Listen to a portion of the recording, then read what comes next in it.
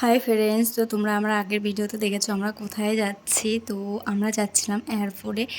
আর এইখানে দেখো আমরা যেতে যেতে এই লম্বা এটা কি আমি জানি না, হয়তো কেরেন টাইপের।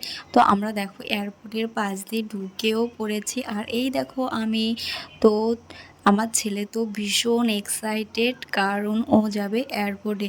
আর এই দেখো আমরা অবশেষে চলে এসেছি এয়ারপোর্টে। আর এইখানে না আমার ছেলে অনেক সময় দাঁড়িয়ে আছে। তো চলো তোমাদের দেখাচ্ছি। আমার ছেলের ঠিক গেটের সামনে দাঁড়িয়ে আছে কখন ওর দিদুন আসবে।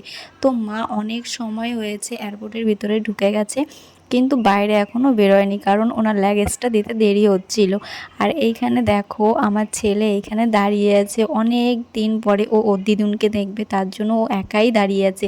আমরা কিন্তু এখানে বসেছিলাম, ও একা একা এই দেখো এইখানে দাঁড়িয়ে আছে যে কখন আসবে কখন আসবে।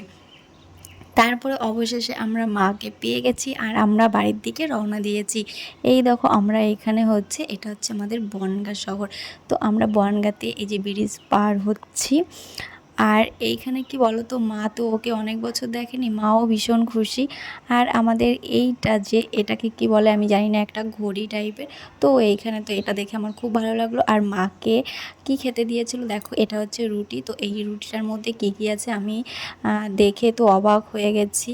আর কি বলো তো, আমরা তো এইসব কোনোদিন খাইনি, করেই বা খাবো বলো, আমরা তো আর কোনোদিন প্লেনে উঠিনি। তো তোমাদের ভিডিওটা ভালো লাগে তাহলে একটা লাইক করে দিও। আর এইখানে দেখো এটা হচ্ছে সুগার ফ্রি, আর এটা হচ্ছে একটা ফ্রুটি, একটা জলের বোতল, একটা পাউরুটি, আর ওই ছোটো বোতলে হচ্ছে একটু দুধ। তো ভিডিওটা কেমন লাগলো, ভিডিওটা যদি ভালো লাগে একটা লাইক করে দিও। তো চলো।